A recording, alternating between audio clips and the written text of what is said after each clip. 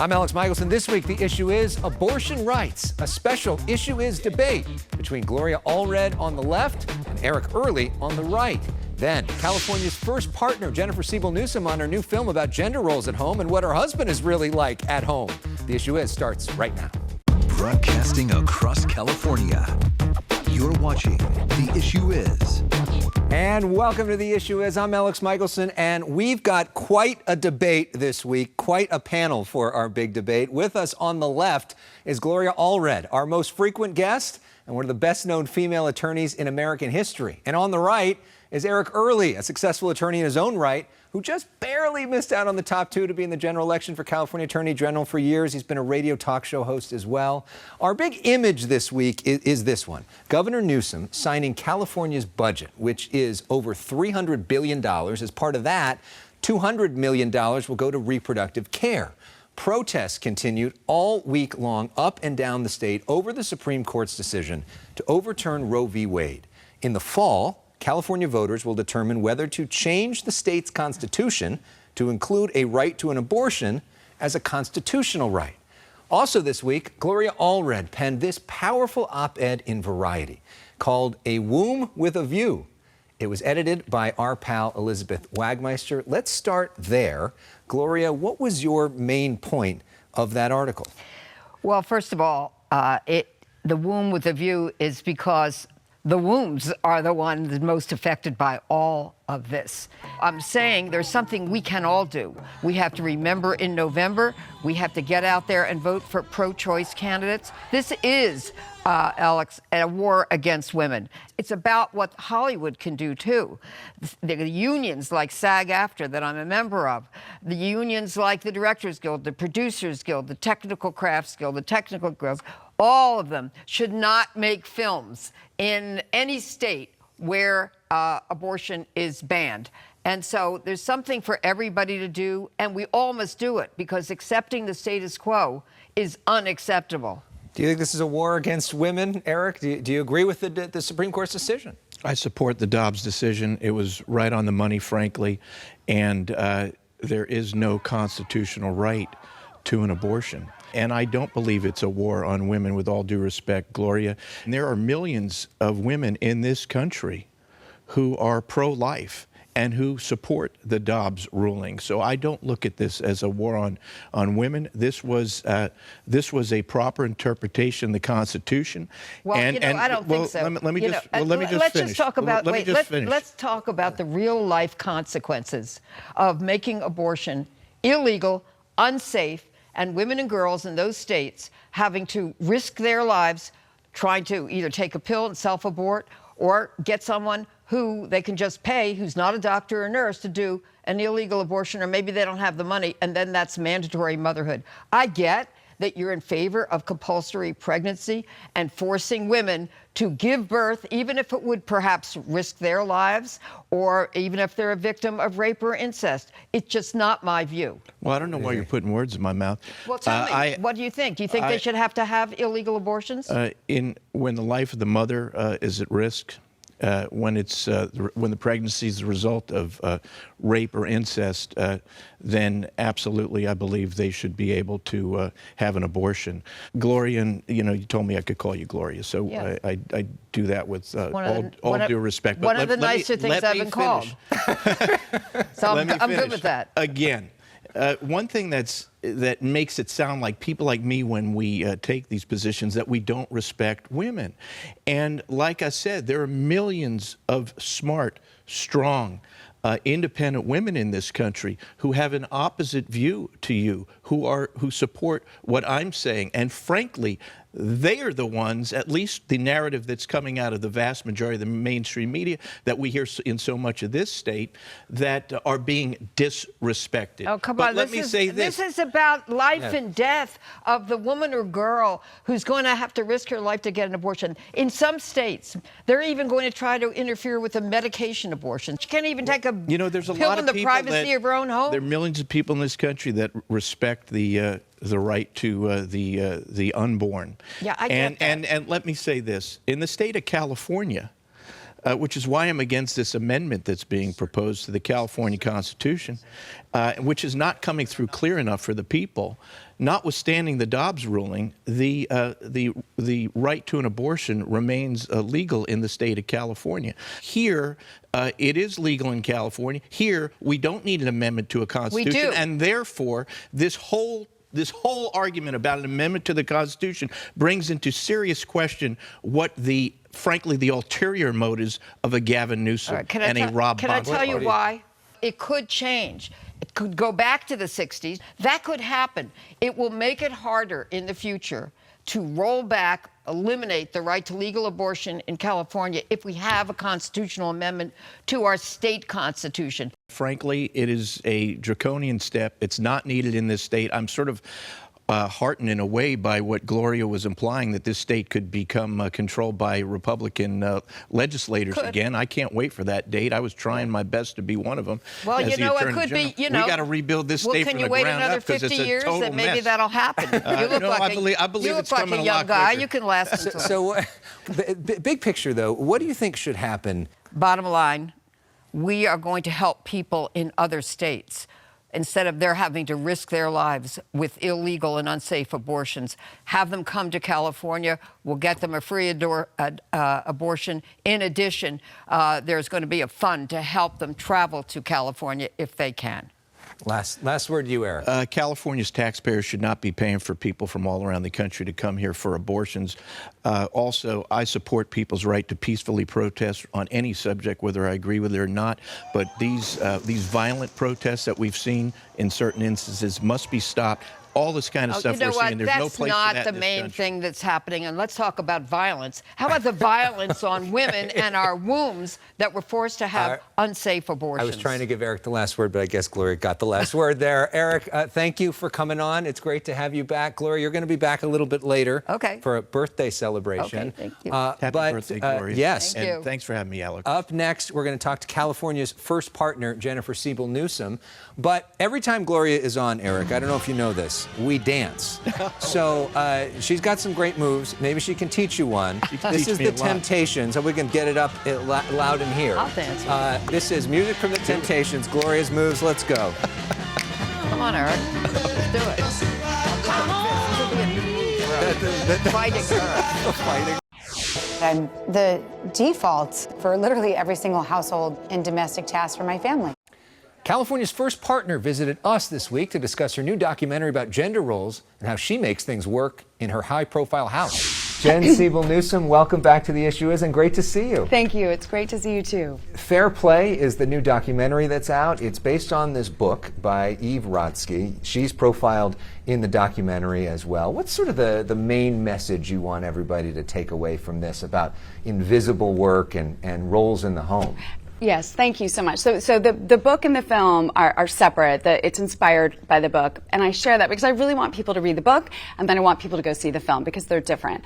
But the film really exposes all of the invisible work that women have historically shouldered and shines a light on a path forward where men step into more care at home and all the benefits to men stepping into care and domestic work at home. And one thing that Eve talks about that worked in her relationship is this concept of feedback in the moment is toxic. Yes. This idea of when you're in the middle of it and you're really angry, if you scream at each other, that's not productive. Right. And they found some ways that were more productive. Yes. No, exactly. What she's found and what she utilizes is, again, obviously deep breaths, creating space, giving each other space instead of feedback in the moment, because it is toxic. And then she and her spouse have 10-minute meetings a day, often walks.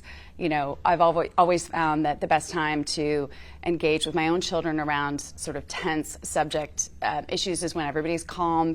Maybe we're outside in nature, on a walk, we're skiing, we're driving to school, whatever it is, but when people's emotions are lower and their cognition is higher. Right. And so for you, obviously, your husband's in a pretty high-profile job that's pretty stressful. You're also working as well. How do you make that work? It's a great question. I don't think it's easy in any household. what was interesting when I was making Fair Play is people would say to me, you know, Jen, no excuses. He still has to do 40% of the childcare and domestic work at home. And so, you know, slowly and gently, you know, I was encouraging him to, you know, make meals on a Sunday night, or which frankly is quite therapeutic, and you know, take more responsibility for bedtime, or he's good at cleaning up the kitchen and keeping the house pretty organized.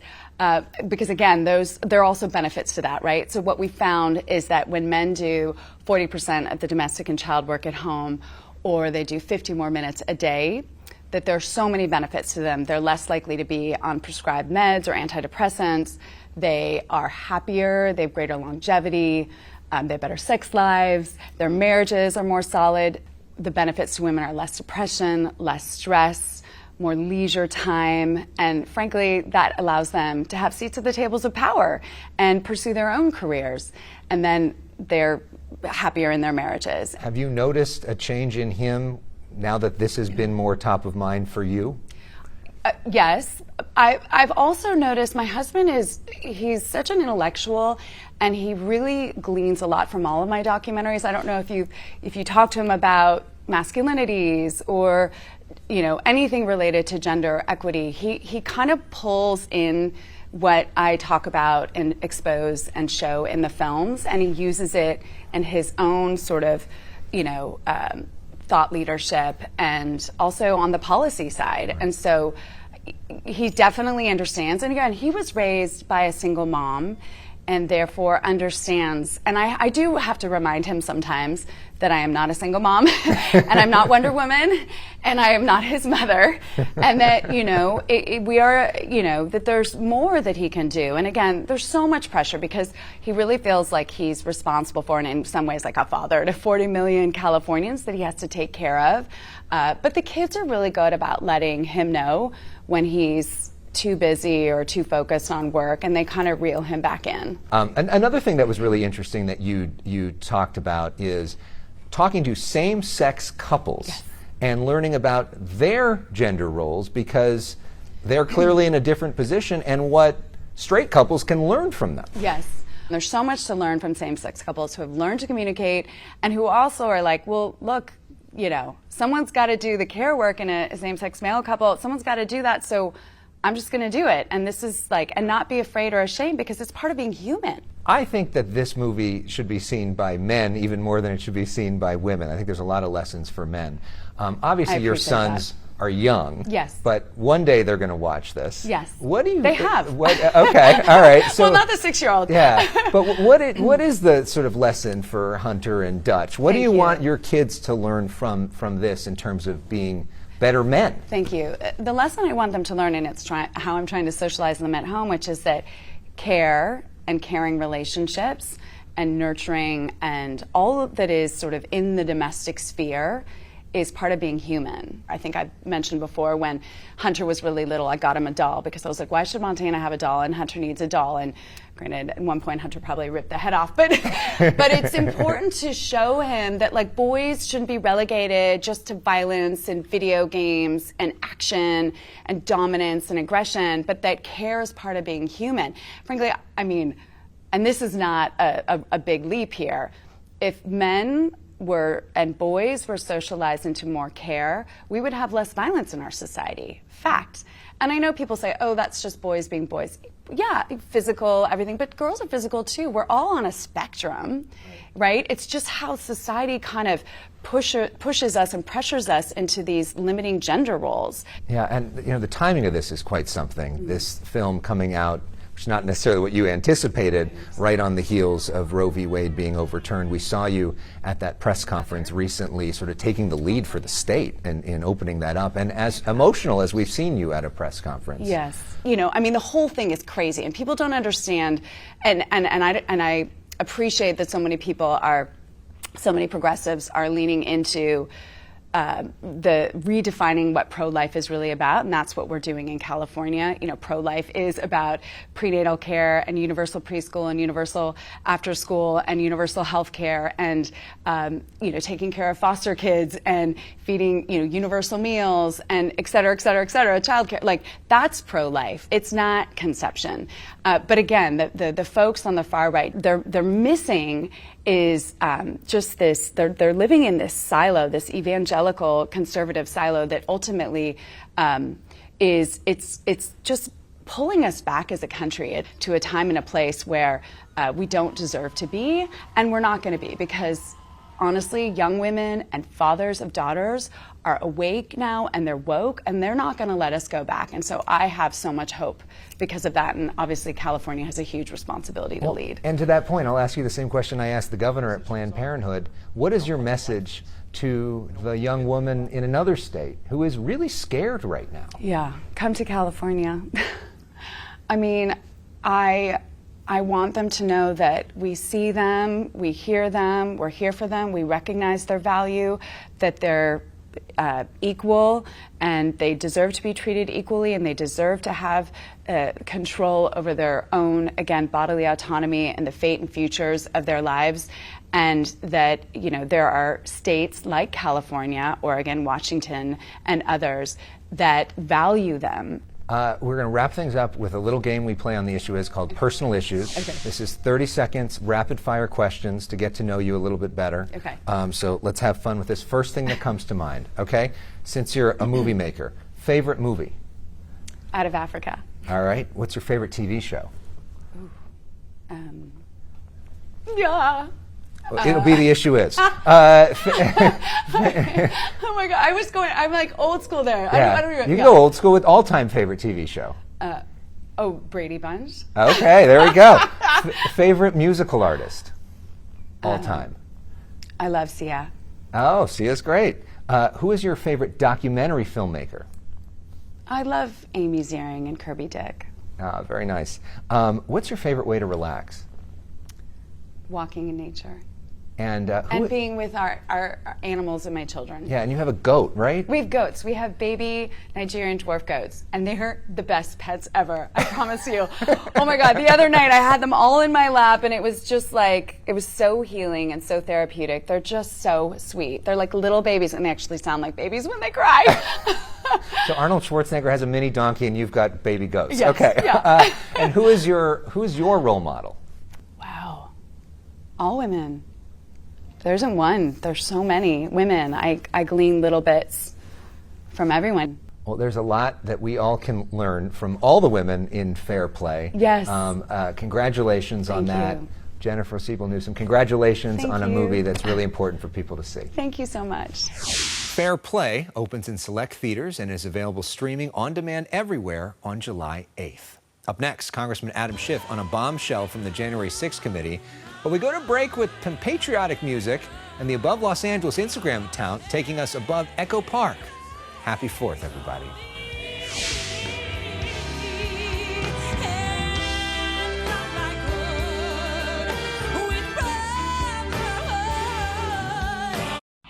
It was unpatriotic. It was un-American. We were watching the Capitol building get defaced over a lie. This week, former Trump aide Cassidy Hutchinson stunned Capitol Hill with her emotional testimony before the January 6th committee. Right afterwards, I spoke with committee member Adam Schiff, a Democrat from Burbank, about his big takeaway. Donald Trump was informed that the mob that had assembled on the mall included people who were armed and dangerous and wouldn't go through magnetometers because they didn't want their weapons taken away. And his response was, take down the magnetometers. So if anyone was looking for evidence, the president knew this mob was armed and dangerous, and he was still ready to lead them, to incite them. They got to hear that evidence today.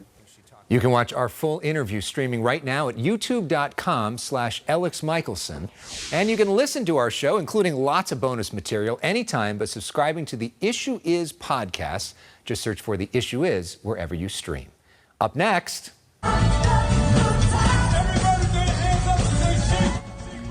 celebrating Gloria Allred's birthday.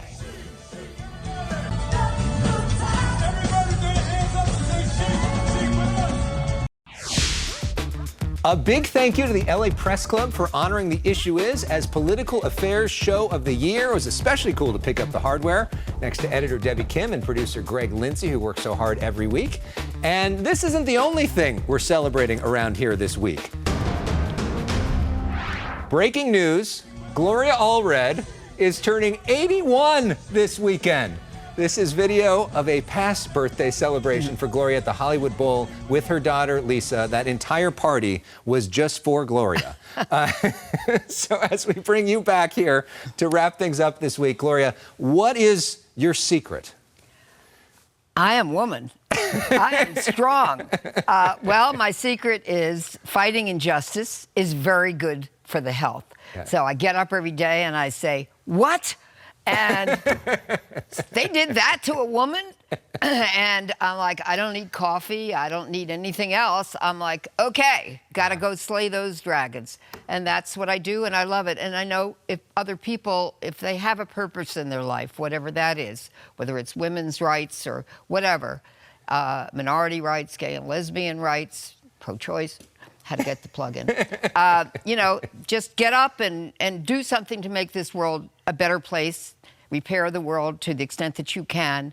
And I think you will have an excellent opportunity of living a longer and more fulfilling life. Yeah. Well, you know, our favorite thing around here is not really birthday cake, but it's cookies and brownies. Wow. So my mom made a special box of cookies and brownies for you. Happy birthday, Gloria. Thank we you. got a card for you as well. Oh, that's so sweet. So you're going to have to take that and enjoy that. But in the meantime, you know, my favorite present, of course. Excuse me, there's no cannabis in there, right? Just checking. Okay. Just between us. Okay. We end with music, Thank of you, course. Mom. And so we've got Prince. This is Let's Go Crazy, because we're all ready to go crazy and celebrate Gloria's birthday. Every day, you do a little crazy thing. So. Let's see those moves, Gloria.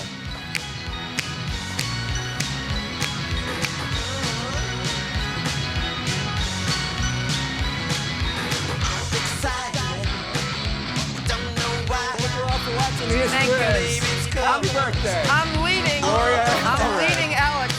See you next time.